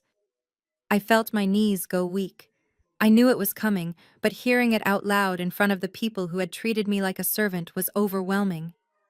"As for Raymond Brooks and Trey Brooks," Hattie continued, her voice turning to ice, "you are hereby disinherited. However, I am a generous woman. I have left you each a specific bequest." She pointed to the screen. The number $1 appeared next to their names. $1, she said. "So that you cannot claim I forgot you. I remembered you perfectly. I remembered every insult, every theft, and every moment of cruelty. This dollar is your payment for the show you put on tonight." Trey slumped against the wall, sliding down to the floor, his head in his hands. He realized in that moment that his loyalty to his father had cost him a fortune. Raymond stood motionless, staring at the screen, his entire world incinerating in front of his eyes. Jessica let out a wail, grabbing Raymond's arm and shaking him. "Do something, fix this. You said we were rich." But before Raymond could answer, before he could spin one more lie, a new sound pierced the atmosphere of the ballroom. It started faint, but grew louder rapidly, cutting through the murmurs of the crowd. Wail, wail, wail. Blue and red lights began to flash against the high windows of the ballroom, pulsing in time with the sirens. Hattie looked at her son one last time, a look of finality on her face. "I told you, Raymond," she said softly into the microphone. "I didn't come here to argue. I came here to collect. And it sounds like your ride is here." The party was over, literally and metaphorically. The sirens that had been wailing in the distance suddenly cut off, replaced by the heavy rhythmic thud of boots hitting the marble floor of the lobby outside. The guests in the ballroom, who had just minutes ago been sipping champagne and celebrating my father's supposed business acumen, now scattered like roaches when the kitchen light is turned on. They pressed themselves against the velvet-covered walls, desperate to distance themselves from the man standing on the stage. Raymond Brooks, the man who had terrified me for 29 years, looked small. He looked deflated. The arrogance that had fueled him all night had evaporated, leaving behind a sweating, trembling shell of a man. He gripped the podium not for authority, but because his legs were giving out. A squad of 6 police officers marched into the ballroom. They didn't look at the crystal chandeliers or the horrified socialites. They walked in a V formation straight down the center aisle, led by a detective in a cheap suit who looked like he had seen enough corruption to last a lifetime. Raymond tried to straighten his tie, a reflex of vanity that looked pathetic in the face of impending doom. "Officers," he called out, his voice cracking. "Thank God you are here. My mother is having an episode. She is disturbing the peace. Please remove her." The detective didn't even slow down. He walked right past Hattie, giving a respectful nod to the lawyer, Harrison, and stepped onto the stage. He pulled a pair of steel handcuffs from his belt. The metal caught the harsh light of the room, shining with a terrifying finality. Raymond Brooks, the detective, said, his voice loud enough to carry to the back of the room without a microphone. "You are under arrest." "For what?" Raymond shrieked, backing away until he hit the screen that was still displaying his crimes. "This is a misunderstanding. I am a pillar of this community. You are under arrest for first-degree forgery, financial exploitation of an elderly person, and grand larceny," the detective recited, grabbing Raymond's wrist and twisting it behind his back. "We also have a warrant for wire fraud regarding the mortgage applications you submitted on a property you do not own." The click of the handcuffs locking into place was the most beautiful sound I had ever heard. It was the sound of my freedom. It was the sound of justice. Raymond began to struggle, not physically but verbally. He looked out at the crowd, his eyes wild and bloodshot. He saw his investors shaking their heads. He saw his friends turning their backs. And then he saw Jessica. Jessica was standing at the edge of the stage, freezing, looking for an exit. Raymond's face twisted into a mask of pure, cowardly desperation. He wasn't going to go down alone. He was a narcissist, and narcissists never take the blame. "It wasn't me," Raymond screamed, thrashing against the officer's grip. "It was her. It was Jessica." The room gasped. Jessica froze, her eyes widening in disbelief. "She made me do it," Raymond yelled, tears streaming down his face, mixing with the sweat and the humiliation. "She is the one who wanted the renovations. She is the one who wanted the new car. She told me to sell the house. She said my mother was a vegetable and wouldn't notice. I only did it to make her happy. She is the mastermind." He was throwing his own wife to the wolves to save his skin. It was pathetic. It was disgusting. And it was exactly who he was. Jessica screamed back, her voice shrill and piercing. "You lying coward! You told me you were rich. You told me the money was yours. Do not drag me into your mess." The detective signaled to 2 female officers. "Grab her too. We have evidence she was complicit in the wire fraud transfers. Her name is on the shell company accounts." As the officers moved toward Jessica, I felt a hand on my arm. I turned to see Trey, my little brother, the golden boy. He looked like a child who had gotten lost in a shopping mall. His tuxedo was disheveled, his face pale. He looked at the police arresting our father, then at Hattie standing like a statue of judgment, and finally at me. Jasmine, he whispered, his voice trembling. You have to stop this. Talk to Grandma. Tell her to drop the charges. I looked at him, feeling a dull ache in my chest. Even now, he didn't get it. I can't stop this, Trey, I said quietly. They broke the law. But Dad is going to jail. Trey pleaded, grabbing my hand. And what about me? Grandma cut me out of the will. She left me $1, Jasmine. $1. How am I supposed to live? I have debts. I have people looking for me. He squeezed my hand tighter, his eyes filling with tears. You are my sister. You have always taken care of me. Fix this, please. I was just doing what Dad told me. I didn't know any better. I looked at his hand gripping mine. For years that grip had been a shackle. I had covered for his mistakes. I had paid his parking tickets. I had lied to his girlfriends. I had been his safety net because my parents told me that was my job. But tonight the net was gone. I pulled my hand away. You are 26 years old, Trey, I said, my voice cold and steady. You are not a child. You stood there and laughed while Dad threw us out into the snow. You watched me scrub your shoes tonight and called me a good girl. You knew exactly what you were doing. But I am family, he cried. No, I said, stepping back to stand next to Hattie. You were family when it was convenient for you. Now you are just a man facing the consequences of his own actions. Grow up, Trey. And good luck with the bookies. Trey stared at me, his mouth open, realizing for the first time in his life that no one was coming to save him. He slumped against the wall, sliding down to the floor, weeping into his hands. On the other side of the stage, the scene had turned chaotic. Jessica was not going quietly. As the female officers grabbed her arms, she began to kick and scream, losing all semblance of the sophisticated socialite she pretended to be. Get your hands off me, she screeched, her silver dress tearing at the shoulder. Do you know who my father is? He will sue this entire department. The officers ignored her threats, dragging her toward the stairs. They were professional, efficient, and tired of her noise. Desperation took over. Jessica realized her threats weren't working. She realized Raymond had betrayed her. She realized the money was gone. She needed a trump card. She needed something that would make them stop, something that would force them to treat her with caution. She dug her heels into the carpet, fighting with the strength of a cornered animal. Stop! She screamed, her voice hitting a pitch that shattered the remaining tension in the room. You cannot arrest me! You cannot touch me! The officers paused for a fraction of a second, startled by her intensity. I am pregnant! Jessica yelled, throwing her head back, her chest heaving. The entire room went silent. Raymond stopped crying and looked at her. Trey looked up from the floor. Even Hattie raised an eyebrow. I am pregnant with the heir to the Brooks family. Jessica sobbed, collapsing to her knees, playing the victim with everything she had left. If you stress me out, I could lose the baby. You have to let me go. I need a doctor. It was a brilliant move. It was the ultimate shield. Who would drag a pregnant woman to jail? Who would risk harming an unborn child? The detective looked at his officers, hesitating. Procedure dictated caution with pregnant suspects.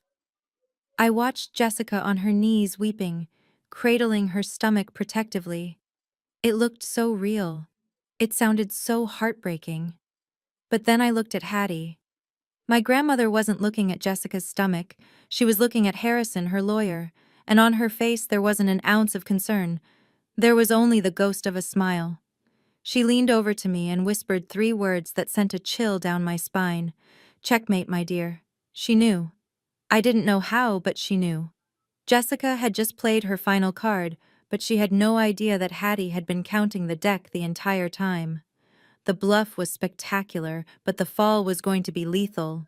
The ballroom was frozen in a tableau of high drama. Jessica was on her knees clutching her stomach, tears streaming down her face as she played the role of the terrified, expectant mother to perfection. The police officers who had been seconds away from dragging her out hesitated. In our society, the claim of pregnancy is a powerful shield, and Jessica knew exactly how to wield it. She looked up at the detective through her eyelashes, her breathing ragged, waiting for the sympathy that always saved her. Raymond, even in handcuffs, looked relieved.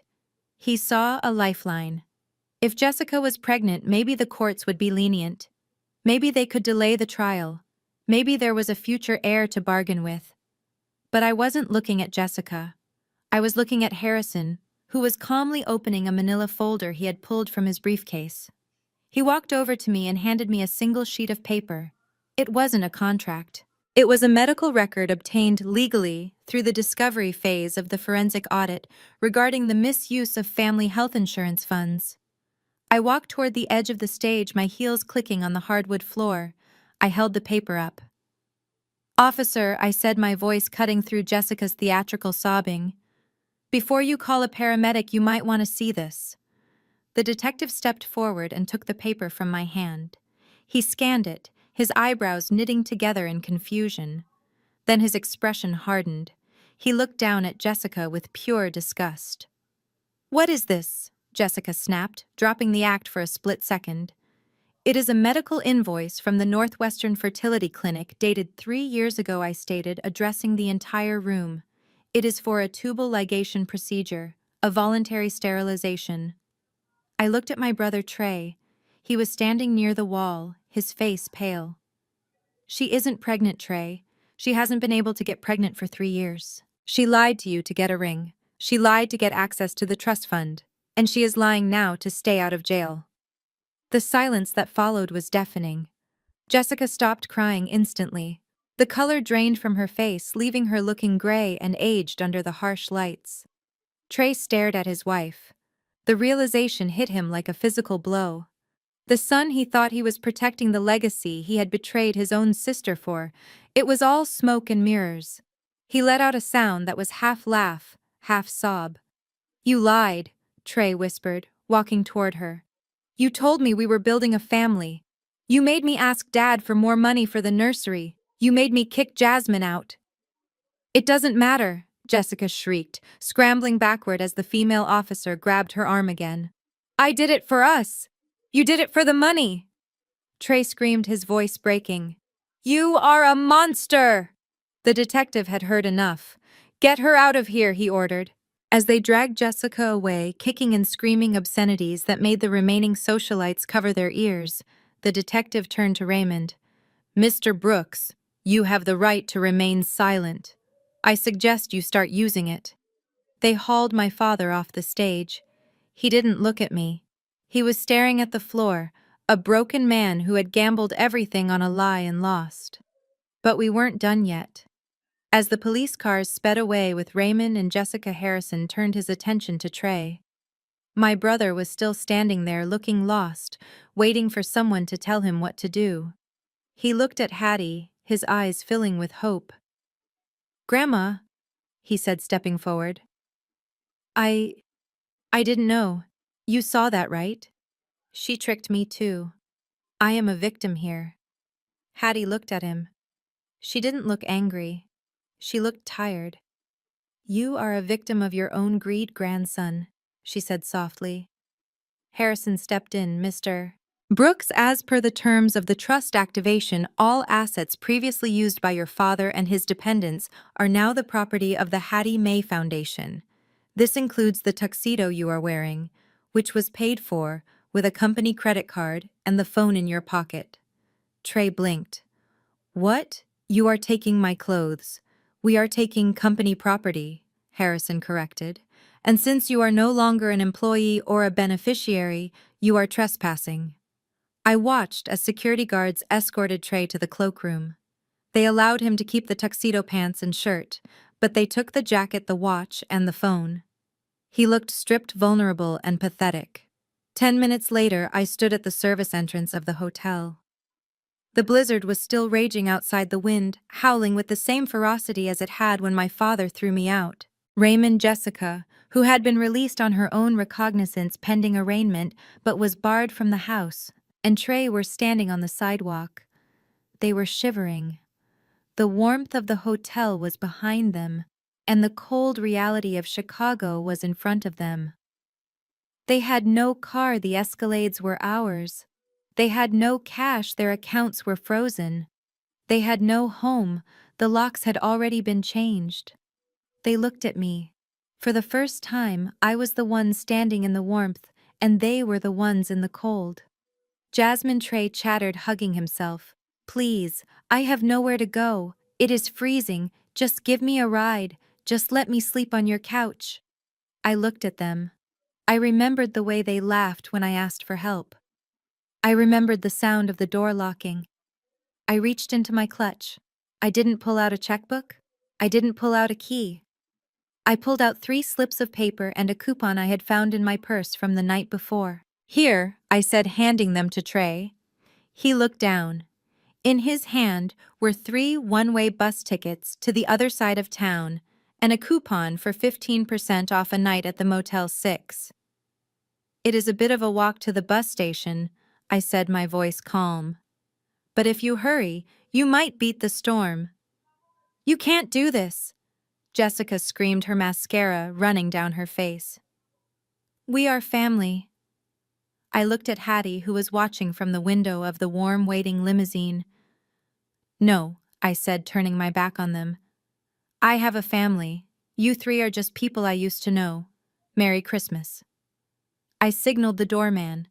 He closed the heavy steel door, shutting out their protests, shutting out the cold and shutting out the toxicity that had plagued my life for decades. I walked to the limo and climbed in next to Hattie. She patted my hand. "It is done," she said. "It is done," I agreed. We drove away, leaving them standing under the street lamp exactly where they deserved to be. Later that night, I was sitting in the penthouse watching the snow fall over the city. It looked beautiful from up here, safe and warm. My new phone buzzed on the coffee table. I picked it up. The screen displayed a notification from the Cook County Department of Corrections. "Incoming collect call from inmate Raymond Brooks. Press 1 to accept." I stared at the screen. I could imagine him in the holding cell wearing an orange jumpsuit, terrified, finally ready to apologize, finally ready to beg. He probably wanted me to call a lawyer. He probably wanted to tell me he loved me. I didn't feel anger. I didn't feel sadness. I felt peace. I pressed the block caller button. The phone went silent. I set it down, took a sip of hot tea, and turned to my grandmother. "Who was it?" Hattie asked, not looking up from her book. "Wrong number." I smiled. The storm outside was finally breaking, and for the first time in 29 years, the forecast for my life was perfectly clear. 1 year. 365 days. That is how long it has been since the night the lights went out at the Palmer House Hotel, and my former life shattered into a million pieces. As I stand in the corner office of the newly constructed Hattie Holdings headquarters, looking out over the Chicago skyline, the view is very different from the one I saw from the window of the Motel 6. The blizzard that nearly killed us is a distant memory, replaced by the warm golden glow of a winter sunset reflecting off the glass of the skyscrapers. I smoothed the front of my blazer and looked down at the documents on my desk. They were the blueprints for the Hattie May residence, a state-of-the-art affordable housing complex for low-income seniors. It was being built on the very land my father had tried to steal, the land where the old South Side house once stood. We didn't sell it to a developer to build a mall. We tore down the rotting structure and built a sanctuary. It was my grandmother's dream, and now as the executive director of the foundation, I was making it a reality. I wasn't just a sous chef anymore. I was a builder. My assistant knocked softly on the glass door. "Ms. Brooks," she said, "the car is ready for the holiday dinner, and Mr. Harrison left this update for you." She handed me a thin manila envelope. I knew what was inside. It was the monthly report on the assets we had liquidated, specifically the human assets. I opened the file in the car as we drove through the festive streets. The first page was a status update from the Illinois State Penitentiary. Raymond Brooks was 12 months into his 8-year sentence for fraud, forgery, and embezzlement. The report noted that his appeals had been denied. It also mentioned that he had stopped trying to call me. Apparently, after 6 months of silence, he finally realized that the daughter he had underestimated was the one person who would never pick up the phone again. He was working in the prison laundry folding sheets for 12 cents an hour. It was a poetic justice that I tried not to savor too much, but I admit it brought a small smile to my face. I flipped the page. Trey, my little brother, the golden child who thought the world owed him a living. The photo attached to his file was grainy, taken from a distance by a private investigator we kept on retainer to ensure he stayed away from the foundation. He was standing outside a car wash on the west side holding a spray hose. His tuxedo was gone, replaced by a wet gray jumpsuit. His hands were red and chapped from the cold water and harsh chemicals. He looked older. He looked tired. Harrison's notes indicated that Jessica had divorced him the moment the money dried up, leaving him with half of their accumulated debt. He was living in a studio apartment above a garage, learning for the first time in his life what it meant to earn $1. And Jessica. The last page was brief. After the fake pregnancy scandal and the public humiliation at the gala, she had become a social pariah in Chicago. No charity would let her on their board. No country club would renew her membership. She had moved back to her parents' home in Wisconsin, where she was reportedly working as a receptionist at her father's dental practice, far away from the high society life she had clawed so hard to attain. I closed the file and looked out the window. They were gone. The toxicity, the manipulation, the constant need to prove my worth to people who were incapable of loving me, it was all gone. The limousine pulled up to the curb, but it wasn't the curb of the cold, imposing colonial mansion. It was the entrance to a beautiful brownstone in Lincoln Park, the new home I shared with Hattie. I walked inside and the smell hit me instantly. Not the smell of fear or tension, but the smell of roasted sage, cranberry sauce, and expensive red wine. The house was decorated simply, but elegantly, with a real tree standing in the corner, covered in ornaments that Hattie and I had picked out together. In the dining room, the table was set. But there were no place cards. There was no hierarchy. Hattie sat at the head of the table, not in a wheelchair, but in a comfortable armchair. She looked healthy. Her cheeks were pink, her eyes bright with laughter. Sitting around her were not sycophants or fake friends. There was Harrison, who had taken off his suit jacket and was currently trying to carve the turkey. There was Marcus, the head of security, who had saved us that night, laughing as he poured wine for the guests. There were 2 of the nurses who helped care for Hattie and the head chef from my old restaurant, whom I had hired to run the kitchen at the new senior center. Jasmine, Hattie called out when she saw me. "Come here, darling. Harrison is butchering this poor bird. We need a professional." I laughed, the sound bubbling up from my chest, light and free. I walked over and kissed my grandmother on the cheek. "Merry Christmas, Grandma," I whispered. "Merry Christmas." "Madam CEO," she winked back. As I took the carving knife and looked around the table, I felt a warmth that had nothing to do with the fireplace. I looked at these people. They didn't share my blood. They didn't have the name Brooks. But they were loyal. They were kind. They were the ones who had stood by us when the world fell apart. We ate, we drank, we told stories. There were no insults disguised as jokes. There was no walking on eggshells. There was just peace. Later that night, after the guests had left and the fire was dying down to embers, Hattie and I sat on the sofa watching the snow fall outside the window. It looked beautiful now, soft and quiet, no longer a threat. "You know," Hattie said, taking a sip of tea, "I lost a son last year." I looked at her, my heart aching slightly. "Do you miss him?" "I miss who I thought he was," she said honestly. "But I gained a daughter. And I gained a legacy that actually means something. I would make that trade again in a heartbeat." She reached out and squeezed my hand, her grip strong and reassuring. "This is what winning looks like, Jasmine. It isn't the money. It isn't the buildings. It is this. Sitting here unafraid. Being loved for who you are, not what you can give. I nodded, resting my head on her shoulder. To the audience watching this, I want you to remember something.